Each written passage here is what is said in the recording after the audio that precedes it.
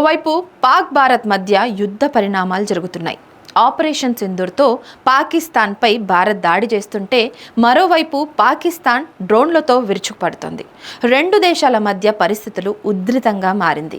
దీంతో దేశ భద్రత, ఆటగాళ్ల భద్రత దృష్ట్యా కోట్లు ఖర్చు పెట్టి నిర్వహిస్తున్నటువంటి ఐపీఎల్ని బీసీసీఐ వాయిదా వేసుకుంది. కానీ మన తెలంగాణ ప్రభుత్వం మాత్రం అందాల పోటీలే మాకు ఇంపార్టెన్స్ అనే సంకేతాలు ఇస్తూ పోటీలను నిర్వహిస్తోంది. ఓవైపు ఆర్టీసీ కార్మికులు పే రివిజన్ కమిషన్ కోసం, పెండింగ్ శాలరీస్ కోసం, పెండింగ్లో ఉన్న శాలరీస్ ఓవర్ డ్యూస్ కోసం నానా తంటాలు పడుతుంటే మన ముఖ్యమంత్రి అవేవి పట్టనట్టు 200 కోట్లు ఖర్చు చేసి అందాల పోటీలను నిర్వహిస్తున్నాడు.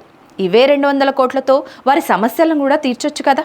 ఆర్టీసీ కార్మికుల జీతాలకు 170 కోట్లు ఖర్చు అవుతుందన్నారు.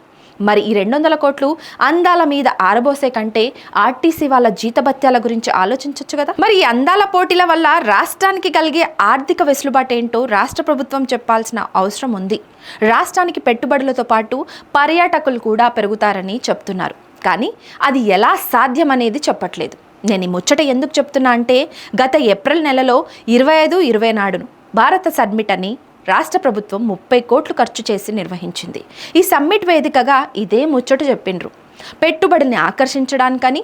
కానీ ఇప్పటి వరకు భారత సమ్మిట్ ద్వారా రాష్ట్రానికి వచ్చిన పెట్టుబడులు ఏంటో ఒక మంత్రి కానీ, ఒక ఎమ్మెల్యే కానీ చివరకు ముఖ్యమంత్రి అయినా వివరిస్తాడేమో అని ప్రజలు ఎదురు చూస్తున్నారు. కానీ అది ఏది కూడా దిక్కులేదు. మీకు ఇక్కడ ఇంకో అసలు విషయం కూడా చెప్పాలి. అదేంటంటే ఈ భారత్ సమ్మిట్ అనేది జాతీయ కాంగ్రెస్ పార్టీ తన సొంత ఖర్చులతో నిర్వహించుకోవాల్సిన కార్యక్రమం. కానీ ఈ కార్యక్రమాలకు తెలంగాణ ప్రజల సొమ్ము 30 కోట్లను ఖర్చు చేసి హైదరాబాద్లో నిర్వహించారు. పెట్టుబడులు వస్తాయని చెప్పినా వచ్చింది మాత్రం జీరో. అందుకే ఈ అందాల పోటీలు కూడా చివరకు అలాగే మిగిలిపోతాయన్న సందేహాలు కూడా అందరిలోనూ వ్యక్తమవుతున్నాయి. అయితే నిజంగానే అందాల పోటీలు పెట్టుబడుల్ని ఆకర్షిస్తాయా అంటే ఇది కేవలం ఒక ఎంటర్టైన్మెంట్ కింద తప్ప దేనికి పనికిరాదు. గత ప్రభుత్వం 150 కోట్లతో ఫార్ములా ఈ రేస్ నిర్వహిస్తే తప్పన్నారు. మరి 200 కోట్లతో రేవంత్ రెడ్డి ప్రభుత్వం నిర్వహిస్తున్న ఈ అందాల పోటీలు కరెక్టేనా? గత ప్రభుత్వం ఫార్ములా ఈ రేస్ కోసం 150 కోట్లు ఖర్చు చేస్తే తప్పన్నారు.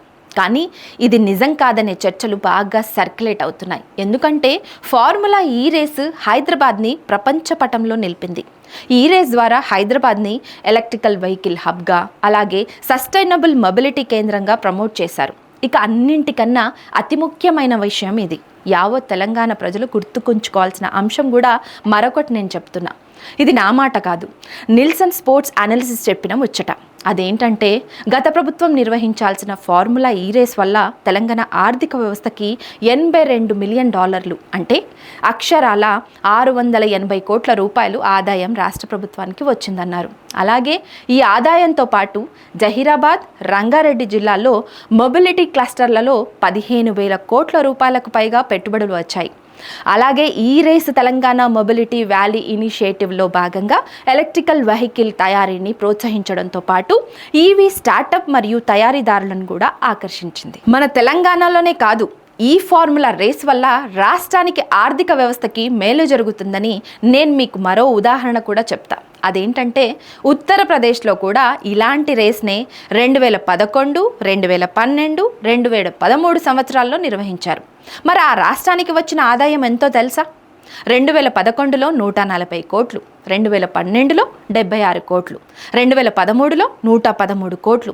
ఇక వీటితో పాటు బుద్ధు ఇంటర్నేషనల్ సర్క్యూట్ నిర్మాణానికి జేపీ గ్రూప్స్ 2,000 కోట్ల రూపాయలు పెట్టుబడి పెట్టింది. మరి అందాల పోటీలతో రాష్ట్రానికి ఆదాయం ఎలా వస్తుందో, ఎంత వస్తుందో రాష్ట్ర ప్రభుత్వం ప్రజలకు సమాధానం చెప్పాల్సిన అవసరం అయితే ఎంతైనా ఉంది.